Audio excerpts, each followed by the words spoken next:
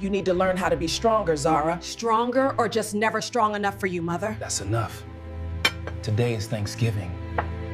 Then why does it feel like no one is thankful for me? Why has no one ever loved me the right way? Zara, stop!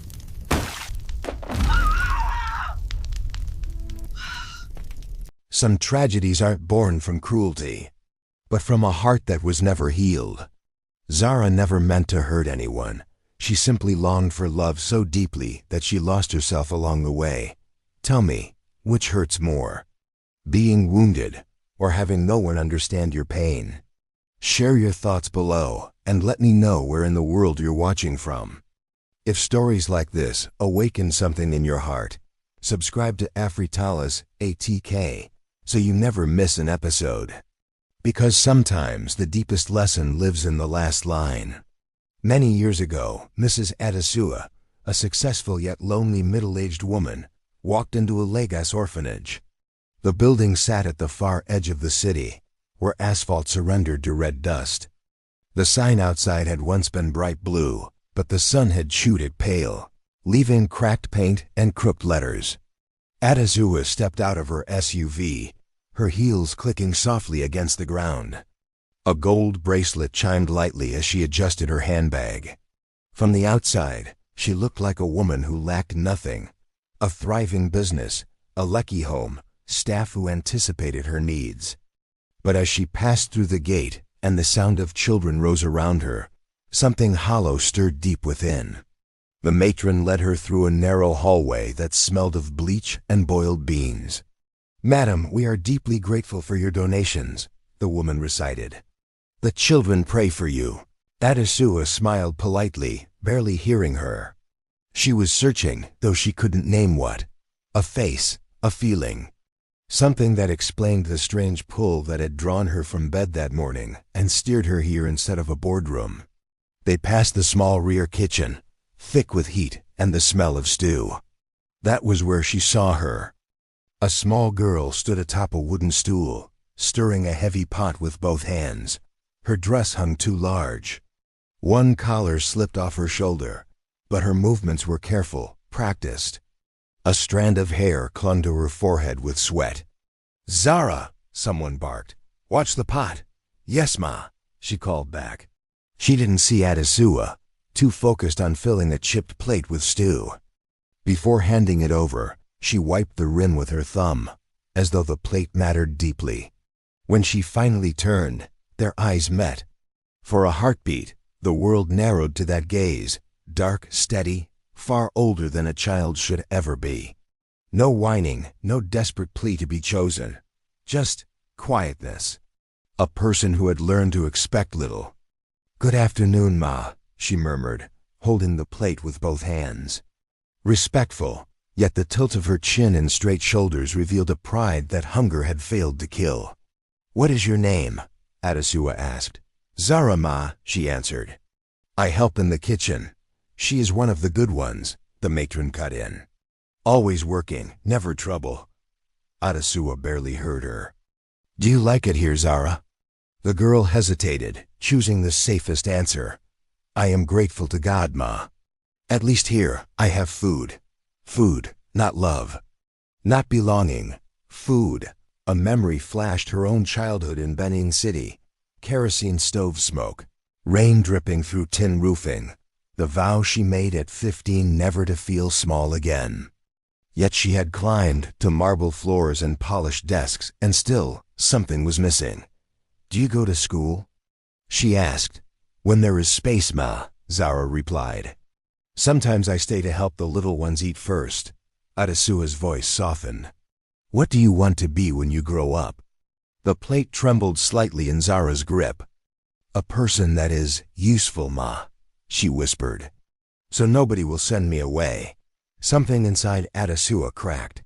She reached out and smoothed the strand of hair from Zara's face. The girl flinched, not in fear, but in surprise, as if kindness were foreign. "That is not a profession," Adesua smiled faintly. "We will work on that, She left a donation. Posed for pictures. But all she saw on the drive home was a small girl on a wooden stool, loving the chipped plate like it was her only possession. The house felt unbearable that night, spotless, silent, vast. Her son's framed photos lined the console. Tund at university, Tund in suits, Tund shaking hands with important men.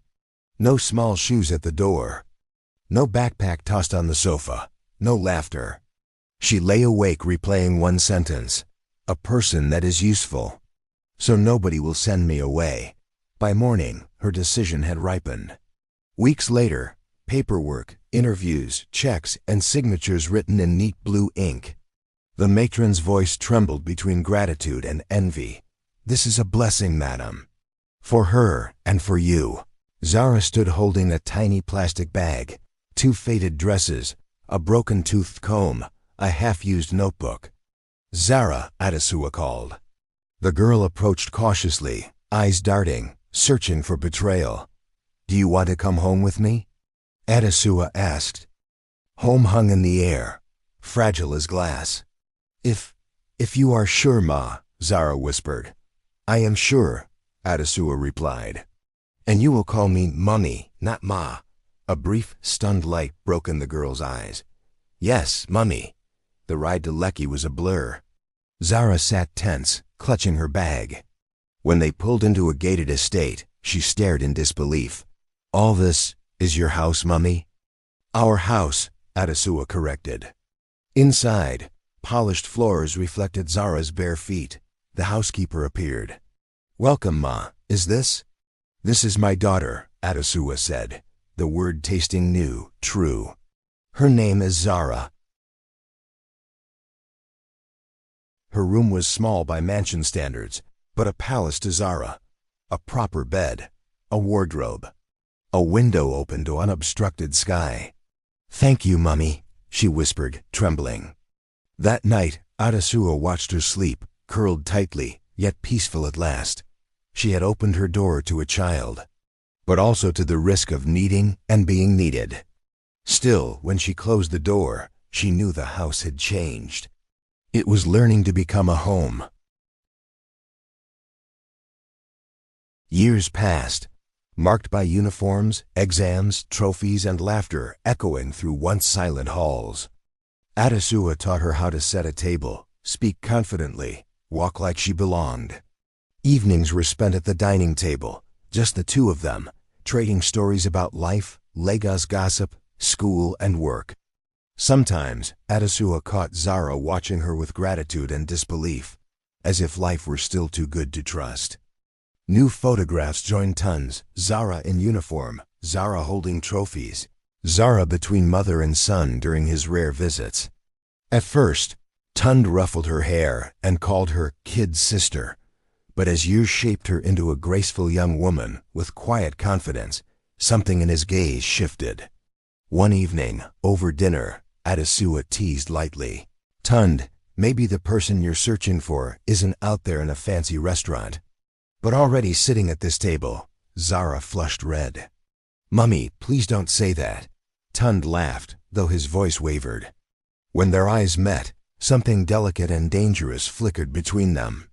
Later, lying awake, Zara stared at her ceiling, heart racing. For the first time she could remember, her life had form, roots, direction, a mother, a home, a future. But life inside Adesua's house was never a fairy tale.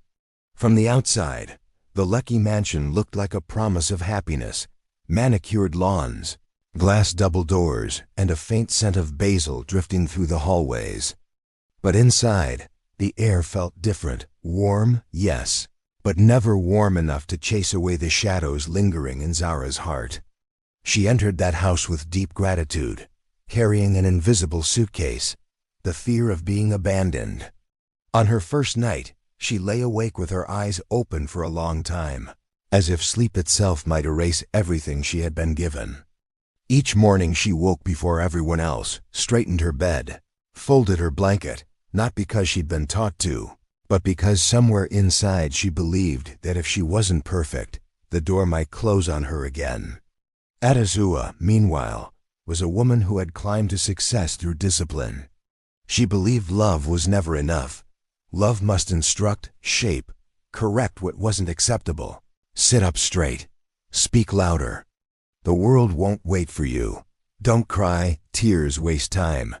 She never knew how each sentence sliced like a thin blade through wounds Zara had long buried. Wounds from childhood where she learned that tears exhausted adults, and orphans were not allowed to be burdens. As Zara grew into a young woman, the lessons only intensified. One afternoon in the dining room, Adesua adjusted the table linens and looked at her daughter. "Zara, you shouldn't always speak so softly. People walk over gentle girls." But Zara heard something else. "Your voice isn't good enough. You aren't good enough." In the kitchen, she scrubbed dishes longer than necessary just to drown the heaviness in her chest. On evenings when Tund came home, tall, confident, smelling of expensive cologne, Zara felt as if every light shifted toward him. He asked his mother about business deals, spoke of Abuja trips and major contracts, while she sat silent, like a piece of furniture in the corner. "Zara, why are you so quiet?" Tund asked once. She smiled softly. "I don't want to disturb." His mother shot her a faint frown. "No one said you disturb. You must learn to express yourself." But Zara only heard, "You are a nuisance." Family meals, no matter how abundant, tasted like a silent courtroom. Who sat the straightest? Who spoke with clarity? Who pleased the judge at the head of the table? And Zara always felt she wasn't being judged for mistakes, but for her existence. One rainy afternoon, Adesua found Zara outside wiping already clean glass doors. "Zara, leave that," she said. "You don't have to earn your place." But Zara simply nodded, unable to believe it. Because in her world, every home was something that could be taken away. Sometimes Tund would ask quietly, "Why are you afraid of her?" "She cares." Zara had no answer. She only knew that love in this house wore heels and walked with a sharp stride. Adesua, from her side, watched Zara and thought, "This girl is too fragile. If I don't fortify her, the world will devour her." So she corrected, reminded, adjusted, like a craftsman trying to fix a cracked vase, unaware she was deepening the fracture. One evening after a small family gathering, Adesua walked into the kitchen and found Zara standing still at the sink, eyes reddened but refusing to cry. "Why are you always apologizing?" she asked. Zara spoke without lifting her gaze. "So no one leaves me." Adesua's heart tightened, but the comfort she intended slipped out as a command. "You must be stronger. People respect strength." Zara heard only, "If you are weak, you are unwanted." They loved each other, but they spoke two different languages. Adesua spoke in expectations. Zara listened in fear. Adesua offered tough love. Zara received it as judgment. And Tund, caught between the two women he cared for, was too busy to notice that silence is also a warning. So simple sentences like, "Fix your posture," "Speak clearly," "Don't look down when you talk," were never lessons. In Zara's ears, they were indictments. The harder she tried, the more wrong she felt. Sometimes when Adesua opened Zara's door and found her sleeping curled tight, she felt a strange crack inside her, the sense that she was doing something wrong, yet unable to fix it. And Zara, stepping into her adoptive mother's room to speak but backing out early for fear of being a bother, felt like a guest always waiting to be told, "You may stay." And right there, between the giver and the receiver, love twisted into misunderstanding. The love Adesua had for Zara was bent and distorted by the girl's deep terror of not being loved at all. Thanksgiving night, the table was set in full glory. Golden turkey, sweet cranberry sauce, mashed potatoes smooth as clouds, everything looked perfect, like a magazine spread. But no one could truly taste gratitude. The crystal chandelier cast red reflections through the wine glasses, as if warning that something was burning beneath the surface. Adesua sat at the head of the table, spine straight, composure polished, the aura of a woman accustomed to control. Tund on her right, weary after months buried in deals, his phone buzzing ceaselessly. Zara on the left, the seat meant for a daughter. Yet tonight it felt like a witness stand. "Mom, maybe we should start eating," Tun suggested, trying to soften the air. Adasua's eyes slid to Zara. "We wait until grace is said.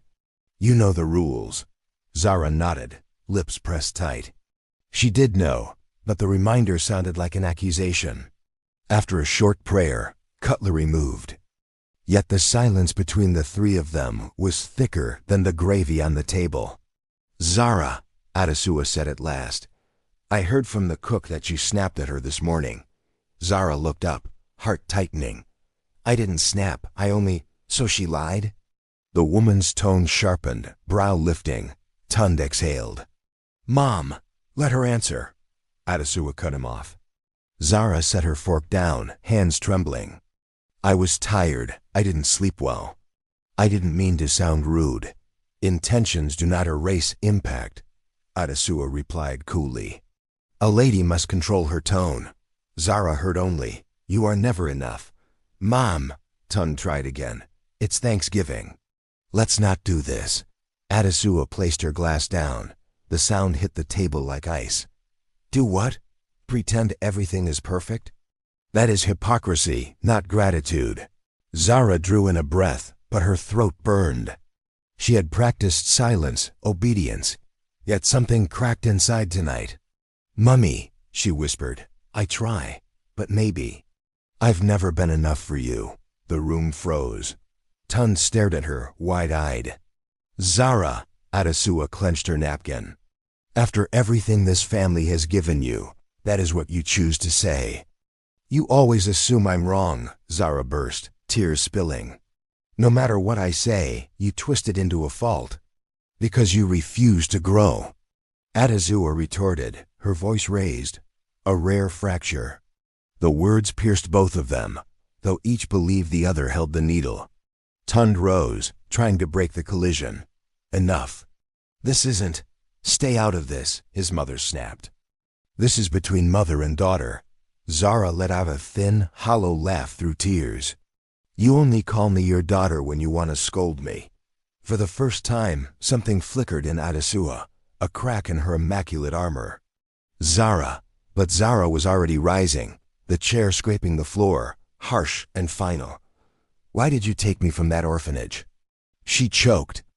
"To teach me to be grateful just for being tolerated." "Watch your tone," Adasua warned, but this time her voice held something close to fear. "I don't have a tone," Zara cried louder. "I have pain, and you don't see it." Tund reached toward her. "Come outside. Breathe." But Zara stepped back, refusing touch. The chandelier glittered, food steamed, yet the feast felt like a battlefield littered with invisible wounds. Then came the deepest silence, spreading like frost across the room. No one spoke again. Zara turned and walked away, bare feet against cold marble.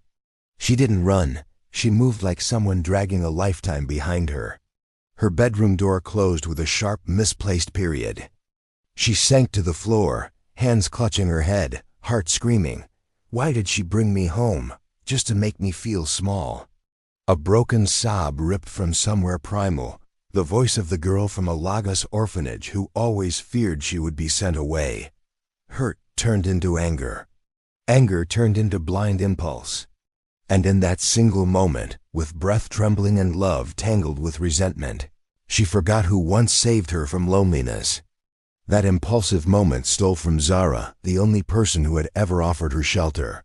No one heard the first impact, only a glass shatter, a sharp breath, then a silence too unnatural to ignore.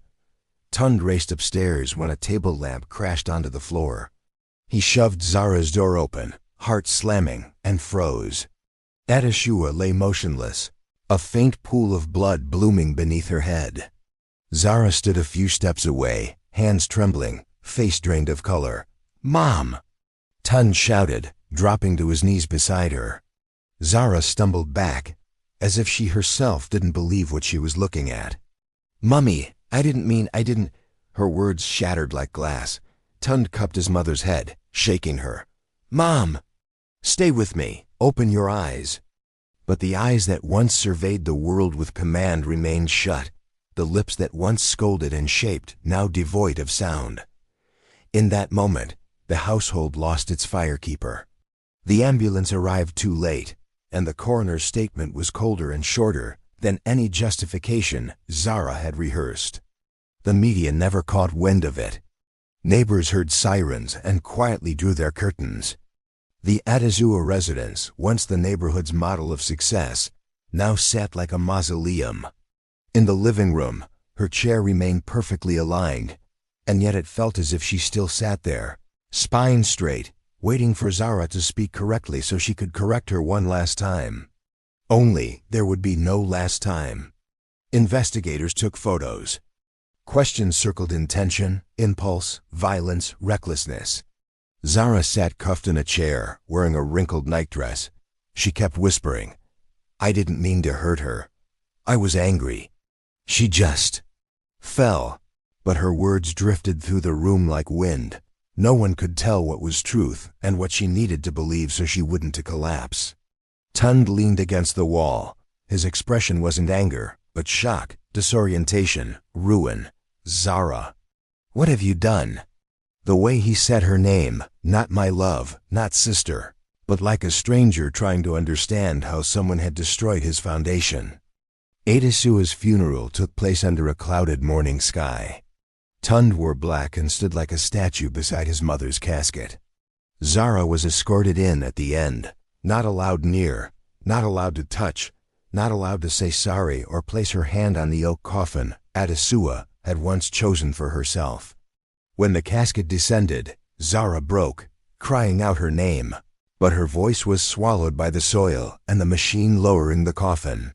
A relative whispered to another, "She killed her benefactor."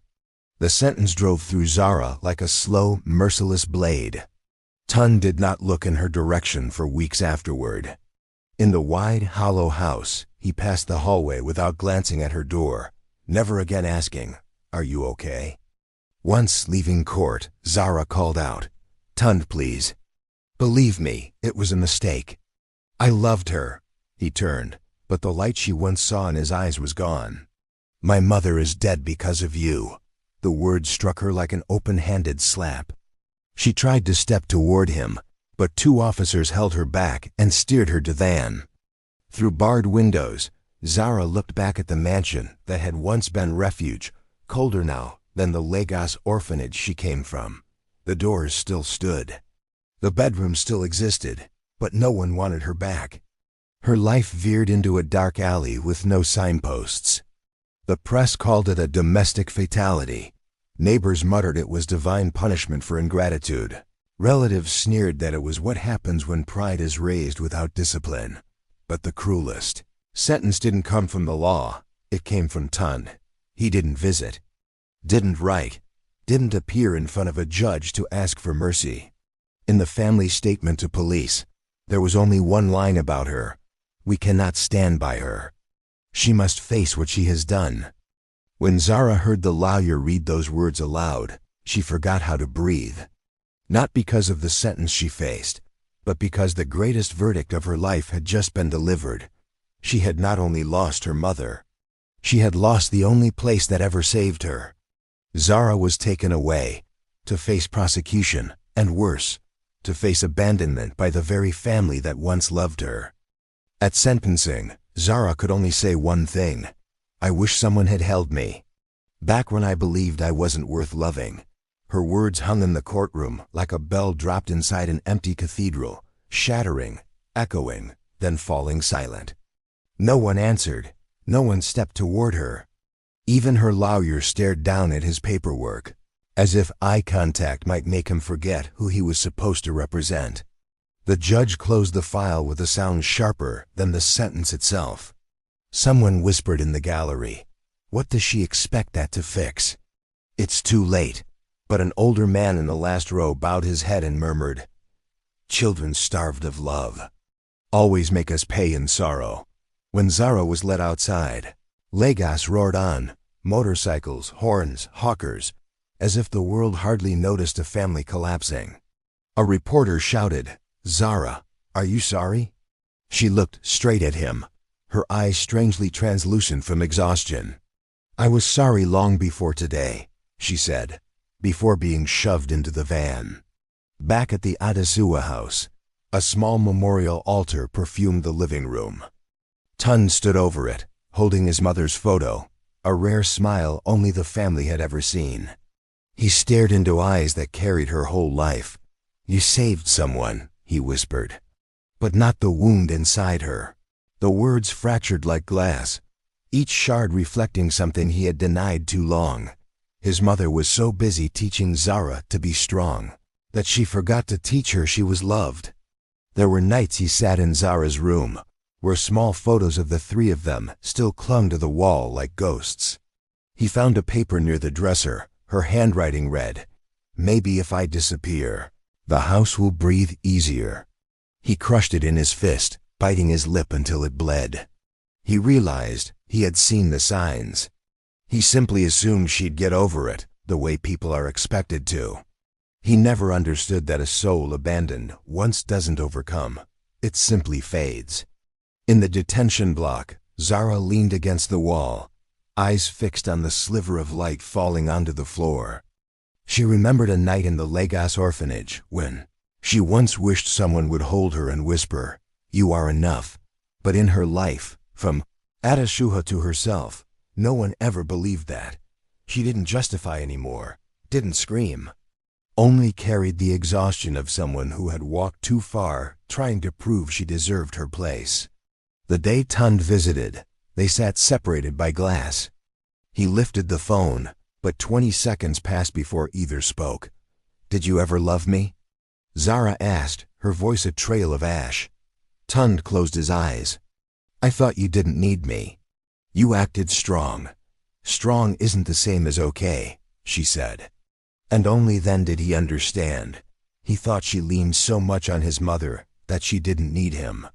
But really, she leaned on anyone who might make her feel she wouldn't be left behind. He pressed his palm to the glass. She looked at it, but did not lift her hand to meet it. "If Mom were here," Zara asked, "would she understand?" Tun spoke slowly, voice unsteady. She understood at the end.